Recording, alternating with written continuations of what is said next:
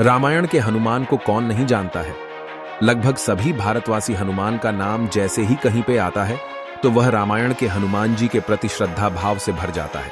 ऐसे सारे हनुमान भक्तों को हृदयघात सा लगेगा जब उन्हें यह मालूम होगा कि उनके हनुमान मार्गदाता तथागत बुद्ध के पुत्र राहुल की कॉपी है।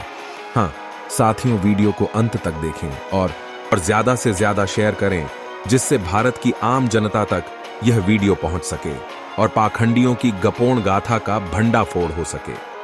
कैसे इन पाखंडियों ने बौद्धों की ही सारी शिल्पकला पर कब्जा किया और उनका ब्राह्मणीकरण करके यहाँ के मूल निवासियों पर थोप दिया।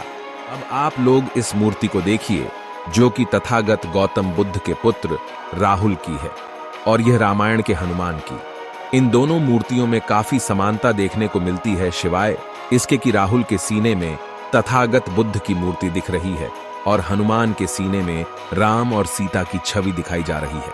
तो साथियों, कुछ समझ में आया कि कैसे जापान स्थित राहुल की मूर्ति को मनुवादियों ने भारत में हनुमान, बजरंगबली, पवन सुत और पता नहीं कितने नामों से प्रचारित कर रखा है।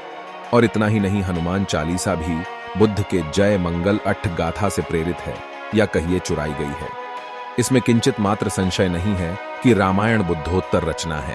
इस तरह से धर्म के नाम पर पाखंडियों ने भारत की असंख्य आबादी को पाखंड और धूर्तता परोस रखी है।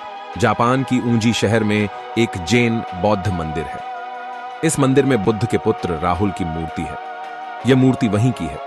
जापान में राहुल को राघोरा कहा जाता है, जिसका उच्चारण जापानी भाषा में राहोरा किया जाता है।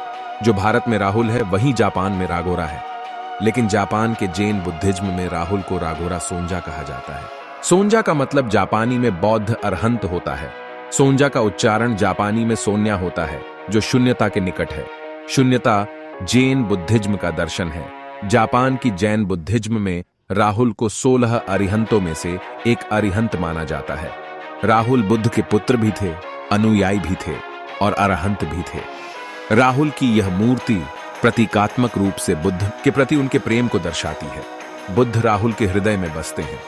यह मूर्ति इसका प्रतीक है। भारत के बुद्धिज्म में जो ध्यान है वही ध्यान चीन में चाण है, वही कोरिया में सांजान है, वही वियतनाम में थियन है और वही जापान में जैन है। इस बहुमूल्य जानकारी को खोज निकालने का श्रेय श्री राजेंद्र प्रसाद सिंह जी को जाता है, जो हिंदी के अंतर्राष्ट्रीय ख्याति प्राप्त भाषा, वैज्ञानिक, साहित्यकार व इतिहासकार हैं। ये एसपी जैन कॉलेज सासाराम बिहार में हिंदी के प्रोफेसर हैं। ओबीसी साहित्य विमर्श तथा हिंदी साहित्य का सबाल्टर्न इतिहास इनकी चर्चित किताबें हैं।